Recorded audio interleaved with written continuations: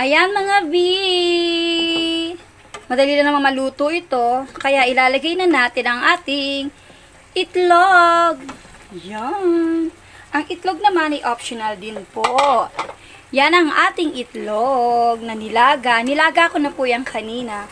Optional naman po yan kung ayaw ng inyong mga anak. Pwedeng sardinas na ilagay nyo.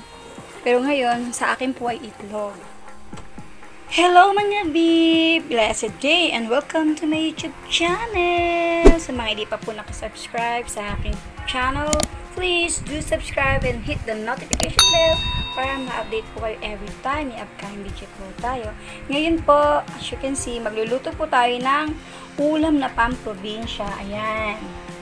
Ito ang tinatawag na patola. Kung di ako nagkakamali, patola. Tapos meron tayong 4 eggs. May sibuyas, bawang, kamatis, and miswa. Yan. Igigisa natin siya dyan. Parang sinabawan lamang. Lutong probinsya po ito. Hindi pa masyadong gamay ang mga anak sa pagkatong pagkain. Kaya papartneran natin siya ng pritong isda. May natira kami yung paksiw na bangus. So, ipiprito ko yun. Plus, mag-a-add lang ako ng small fish, yung galunggong. Pero yung galunggong, lalagyan ko siya ng crispy fry sa pagpiprito para mas masarap, diba? Ayan, yan ang ating recipe for today. Ayan, ginisang patola. Yun nga, sinasabi ko, papartneran natin siya ng pritong isda. Dahil hindi nga gamay anak ko pagkain ganitong probinsya. Hay, kailangan masanay sila. Kasi healthy naman ang ating gulay. Ayan. Kaya talagang kailangan ng prito. Ayan. Tsaka ito. Tsaka kakainin nila yung merik sila sa egg. Okay. Samahan nyo ako Mag-get muna ako. Then pag nagigisa na ako, samahan nyo ako. Okay, bye. Kung gusto pong mag-comment o mag-suggest na gusto nyo i-tackle natin sa susunod na video, mag-comment down po kayo dyan sa ating comment section para ma-tackle po natin ang gusto ninyo para magawaan po natin ang video. Babasahin ko po isa-isa ang inyong mga gustong i-tackle natin sa susunod. Okay, sa mapipili ko po na magandang comment na ating itatakil sa susunod na video, meron po siyang GCash load. Okay, bye for now!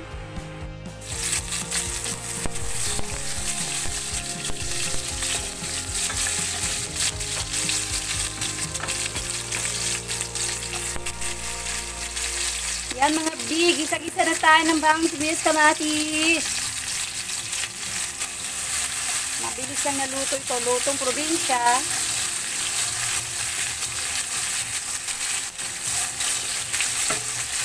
Sarap. Kapanahon lang ngayon, mainit magluto. Grabe. Pagyaman ko, papagwa ako ng dirty kitchen sa malawak na lugar. Sa malawak. Ayan, after niyan, lagay na natin ng patola. Tapos lagyan natin ng paminta mga bi.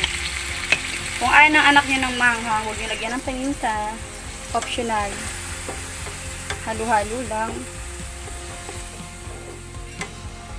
Ang susi daw, sabi ni Lola, para daw masarap ang inyong luto, kailangan gisang-gisado ang inyong ulam. Lalo na pag karne, no? Pero pag itong gulay, kahit half cook lang. Ayan.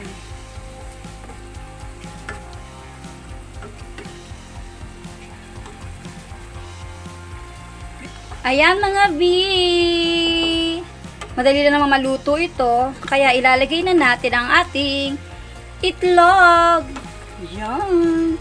Ang itlog naman ay optional din po. Yan ang ating itlog na nilaga. Nilaga ko na po yan kanina. Optional naman po yan kung ayaw ng inyong mga anak. Pwedeng sardinas na ilagay nyo. Pero ngayon, sa akin po ay itlog.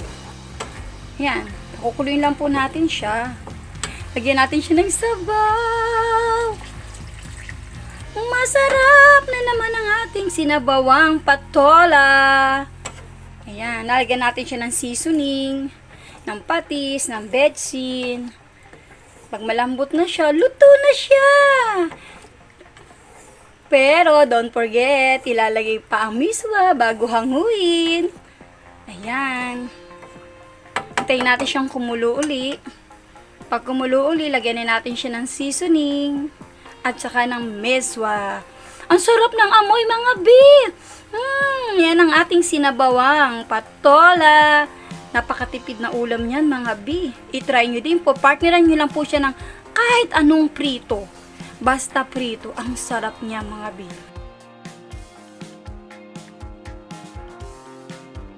Ayan, mga bi. Kumukulo na siya. So, lalagyan na natin siya ng magic sarap at ng Betsy.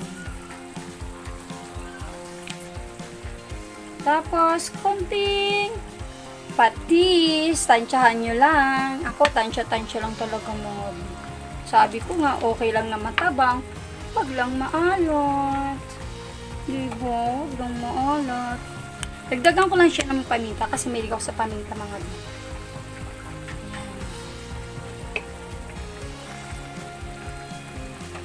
Yan, di ba parang, sarap talaga. Parang gusto ko nang kumain, mga bi. I hope magugustuhan to ng anak ninyo kasi super malinamnam siya. Tapos lagay natin ang miswa. Yan ang magpapalapot ng ating ulam. Ang miswa. Yung iba, sotanghon. Pero ngayon miswa tayo. Yung isa kong itlog na na-crack nung kumulo sa paglalaga, yun ito. Konti lang po palagi niluluto ko kasi sabi ko nga po sa inyo, ang gulay madaling mapanis kaya konti-konti lang. Pero kapag mga adobo, sinigang, paksi, okay lang marami tayong luto. Kasi kinabukasan pwede pa yun, di ba? I-reheat lang. Pagkagulay lang talaga kailangan konti lang. Ayan, pag kumulo na po, luto na siya. Ay, ang sarap na naman ang ulam natin, mga bi. Pag yan inaiti, pag lamig niyan talaga for sure, maiiti yan, mga bi. Kaya kung gusto nyo, ayaw nyo siyang maiti, add ng water uli. Ayan, pagkulo nito, luto na siya, mga bi. Ay, ang sarap ng amoy, grabe. Sarap na partner to sa prito, inihaw, ayan. Ang sarap ng bi.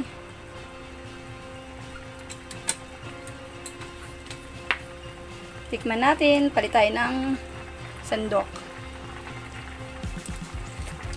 Sarap. Grabe na bi, ang sarap naman. Matabang lang siya sa patis, dagdagan natin ng konting-konti lang.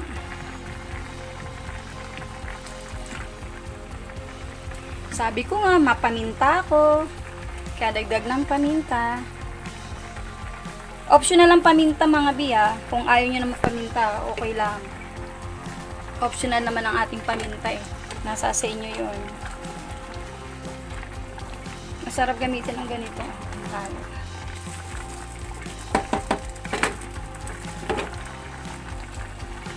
Natin.